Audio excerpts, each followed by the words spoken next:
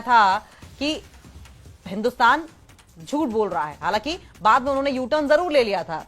रक्षा मंत्री ख्वाजा आसिफ की ओर से कहा गया था कि अगर भारत ने पाकिस्तान पर अटैक किया और पाकिस्तान के अस्तित्व का सवाल रहा तो हम परमाणु हमला जरूर करेंगे इस स्थिति में। हालांकि पाकिस्तानी रक्षा मंत्री का सोशल मीडिया पर बैन लगा दिया गया है। भारत ने ख्वाजा आसिफ का सोशल मीडिया बैन कर दिया है। भारत के खिलाफ झूठा एजेंडा फैलाने का आरोप है। जम्मू कश्मीर के खिलाफ भ्रम फैलाने का भी आरोप है। और ख्वाजा आसिफ वही नेता हैं जिन्होंने अभी हाल ही में पाकिस्तान में किस तरीके से आतंकवाद को फंड किया जाता है या लश्कर ए तैयबा से क्या कुछ कनेक्शंस रहे हैं, इस पर हामी भरी थी, इस बात को कबूल किया था। हालांकि बाद में उन्होंने ये कहा कि लश्कर ए तैयबा से जो कनेक्शन है ये पुरानी बात हो गई है, लेकिन आतंकवाद का पराहगार, आतंकवाद को पालता पोसता पाकिस्तान रहा है, ख्वाजा आसिफ की बातों से साफ हो गया है। पाकिस्तानी रक्षा मंत्री का सोशल मीडिया पर बैन, भारत ने ख्वाजा आसिफ का सोशल मीडिया बैन कर दिया है। भारत के खिलाफ झूठा एजेंडा फैलाने का आरोप ख्वाजा आसिफ पर लग रहा है। जम्मू कश्मीर के खिलाफ भ्रम फैलाने का भी आरोप।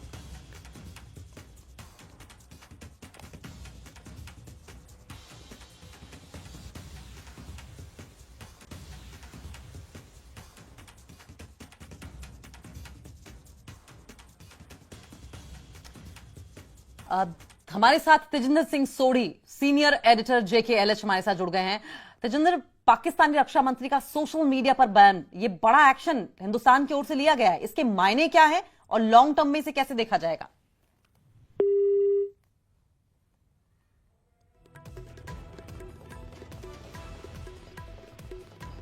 तो पाकिस्तानी रक्षा मंत्री का सोशल मीडिया बैन कर दिया गया है। भारत ने ख्वाजा आसिफ का सोशल मीडिया बैन किया है। भारत के खिलाफ झूठा एजेंडा फैलाने का आरोप है। जम्मू कश्मीर के खिलाफ भ्रम फैलाने का भी आरोप है। और समझिए, ऐसे सेंसिटिव समय में जबकि कोई भी बात, कोई भी चिंगारी आग का रूप ले सकती है, झूठी अफवाहें कहीं ना कहीं नुकसानदेह देश के लिए साबित होंगी। और यही वजह है कि भारत की ओर से 16 पाकिस्तानी यूट्यूब चैनल्स को बैन किया गया। और अब इसके बाद एक और बड़ी कार्रवाई, पाकिस्तान के रक्षा मंत्री का सोशल मीडिया बैन कर दिया गया है। भारत ने ख्वाजा आसिफ का सोशल मीडिया बैन किया है। भारत के खिलाफ झूठा एजेंडा फैलाने का आरोप लग रहा है। जम्मू कश्मीर के खिलाफ भ्रम फैलाने का भी आरोप है। ख्वाजा आसिफ वही नेता है जिन्होंने हिंदुस्तान की ओर से अगर युद्ध छेड़ा गया या कोई कार्रवाई की गई तो युद्ध की धमकी दी और साथ साथ यह भी कहा कि, तो देखिए लगातार अपडेट्स आ रही हैं। इन्होंने ये बात कबूल की है कि पाकिस्तान आतंकवादियों को पालता पोसता है, फंडिंग से जुड़ी बात कही और साथ साथ लश्कर ए तैयबा के साथ कनेक्शन होने की भी बात कही। लेकिन लीपापोती ये बात कह दी कि पहले थे, जुड़ाव थे, पहले लश्कर के निशान थे, लेकिन अब ऐसा नहीं है। लेकिन रह रहकर पाकिस्तान की आतंकी गतिविधियां इंटरनेशनल लेवल पर उजागर होती रही हैं। और अब जानकारी यह आ रही है कि पाकिस्तानी रक्षा मंत्री का सोशल मीडिया जो है वो बैन कर दिया गया है। इससे पहले 16 यूट्यूब पाकिस्तानी चैनल्स हिंदुस्तान में बैन कर दिए गए हैं। और ये बैन कहीं हद तक जायज भी है। वजह यह है कि जिस तरह से भ्रामक जानकारियां, उकसाऊ विवादित बयान सामने आ रहे हैं, उससे सिचुएशन कहीं जम्मू कश्मीर में, घाटी में या देश में खराब ना हो, इसी के मद्देनजर यह बैन लगाया गया है।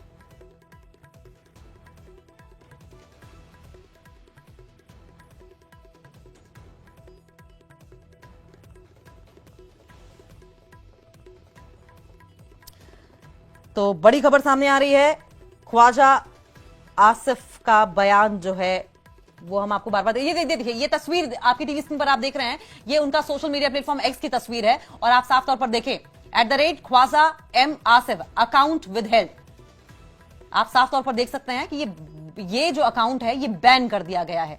और ये तस्वीरें भी हम आपको दिखा रहे हैं, यानी कोई भी इस अकाउंट पर क्लिक करेगा, कोई इंफॉर्मेशन नहीं दिखाई देगी, किसी भी तरह का भड़काऊ बयान, कोई भी भ्रामक जानकारी नहीं मिलेगी। और एक और ब्रेकिंग न्यूज सामने आ रही है। पहलगांव में कई जगहों पर सर्च ऑपरेशन चलाया गया है। जंगलों में सुरक्षा बलों का सर्च ऑपरेशन लगातार जारी है।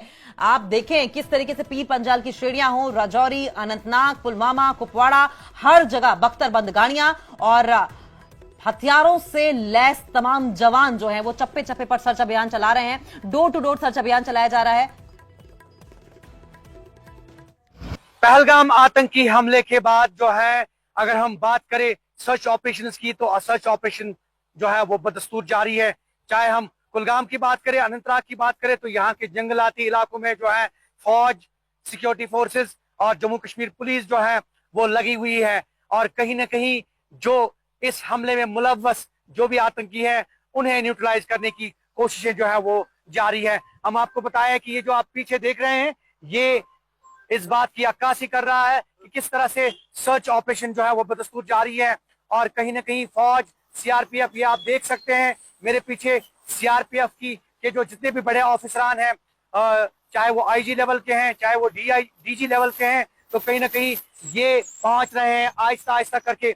और यही वजह है कि ये ऑपरेशन जो है ये बदस्तूर जारी है। और यहाँ के जंगलाती इलाकों में जो है छानबीन, सर्च और लगी हुई है फौज, सेना।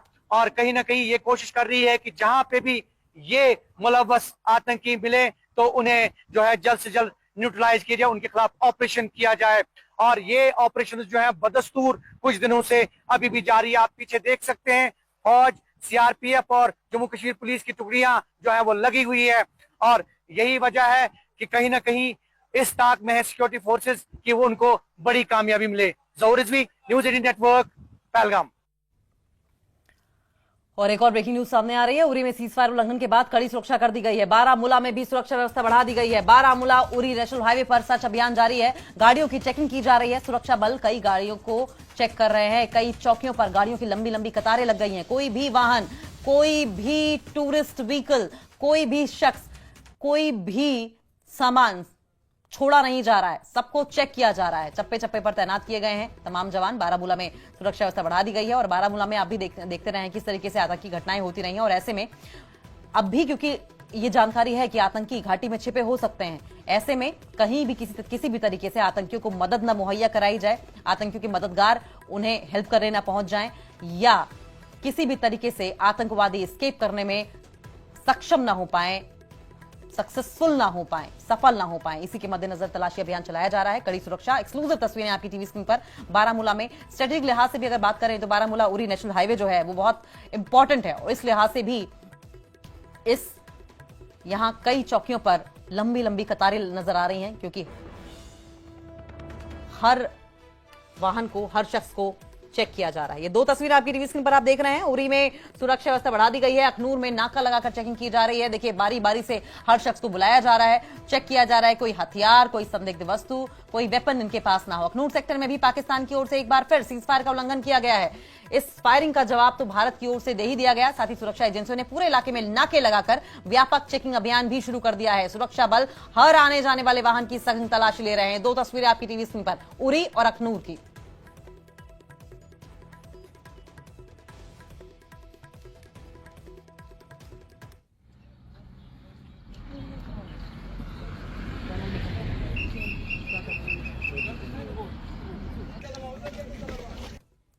पाकिस्तान ने कायराना हरकत की है। उस कायराना हरकत में पाकिस्तान ने सीज फायर का उल्लंघन किया है, जिसके चलते जो हमारी सिक्योरिटी एजेंसीज है बिल्कुल अलर्ट मोड पे है। जमीन की बात करें, आसमान की बात करें तो चप्पे चप्पे पे निगरानी रखी हुई है और ये सुनिश्चित कर रहे हैं कि हम बिल्कुल अलर्ट मोड पे हैं। एक बार फिर आप तस्वीरों में देख सकते हैं कि किस तरह से डिक्की चेक की जा रही है, खंगाला जा रहा है, हर आने जाने वाले वाहन की चेकिंग की जा रही है। अखनूर एलओसी।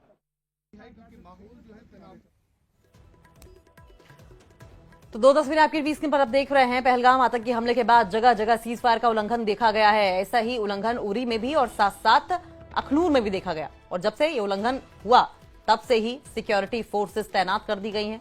देखिए, बारामूला उरी हाईवे पर भी आपने देखा था किस तरीके से वहां पर नाका लगाकर चेकिंग की जा रही थी। और वहीं उरी में भी अब सुरक्षा अभियान चलाया जा रहा है। कई जगहों पर सर्च अभियान चलाया जा रहा है। अखनूर में भी नाका लगाया गया है और हर गाड़ी को चेक किया जा रहा है। हर पैसेंजर को उतार उतार कर तलाशी अभियान लगाया जा रहा है। सामानों की तलाशी ली जा रही है, जिससे कि किसी भी तरीके से कोई मदद आतंकियों को मुहैया न कराया जा सके, घाटी का माहौल न खराब किया जा सके, कोई आतंकी गतिविधि अब दोबारा ना हो। एक और बड़ी अपडेट सामने आ रही है। कैबिनेट की बैठक के बाद सीसीएस की, कैबिनेट कमेटी ऑन सिक्योरिटी की बैठक होगी। कल सुबह 11 बजे सीसीएस की बैठक होनी है। पीएम की अध्यक्षता में सीसीएस की बैठक होगी। पहलगाम हमले के बाद सीसीएस की दूसरी बैठक होनी है। लेकिन आपको यह भी बता दें, सीसीएस की बैठक के पहले कैबिनेट की बैठक भी होगी। कैबिनेट की बैठक के बाद ही सीसीएस की दूसरी बैठक होगी। सुबह 11 बजे कैबिनेट की बैठक का समय रखा गया है। और पीएम की अध्यक्षता में सीसीएस की बैठक होनी है। पहलगाम हमले के बाद सीसीएस की ये दूसरी बैठक होगी। आपने पहली बैठक के बाद देखा था कि किस तरीके से बड़े फैसले पाकिस्तान के खिलाफ लिए गए थे, चाहे सिंधु जल समझौते की बात हो या फिजा की बात हो। और अब माना यह जा रहा है कि पहले अगर कैबिनेट की बैठक हो रही है और कैबिनेट की बैठक के ठीक के बाद सीसीएस की बैठक होगी, प्रधानमंत्री नरेंद्र मोदी की अगुवाई में होगी, तो जाहिर है कि पाकिस्तान को लेकर या आतंकवाद को लेकर कोई बड़ा फैसला, किसी बड़े एक्शन की जानकारी सामने आ सकती है। हालांकि कोवर्ट ऑपरेशंस के होने की बात भी या कोवर्ट प्लानिंग के होने की बात भी सामने आती रही है, लेकिन क्या कुछ दूरगामी तौर पर दिखाई देने वाला है, संभवतः इस मीटिंग के बाद सामने आए। तो पाक नागरिकों का वापस जाने का सिलसिला लगातार जारी है। आज आखिरी दिन है। भारत ने सभी तरह के वीजा रद्द कर दिए हैं और आज मेडिकल वीजा वाले पाक नागरिकों का आखिरी दिन है। ऐसे में कुछ जगहों से भावुक कर देने वाली तस्वीरें भी सामने आई हैं। लोग नम आंखों के साथ अपनों से आखिरी विदाई ले रहे हैं।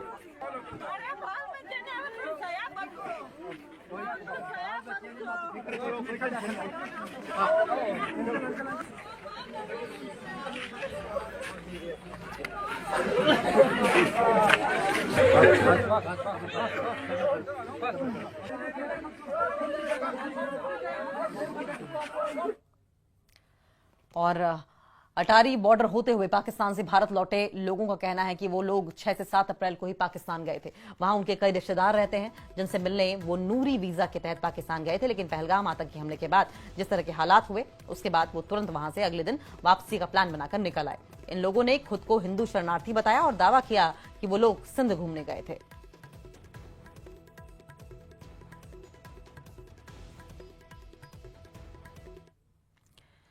और इसी के साथ इस बुलेटिन में फिलहाल इतना ही। नमस्कार।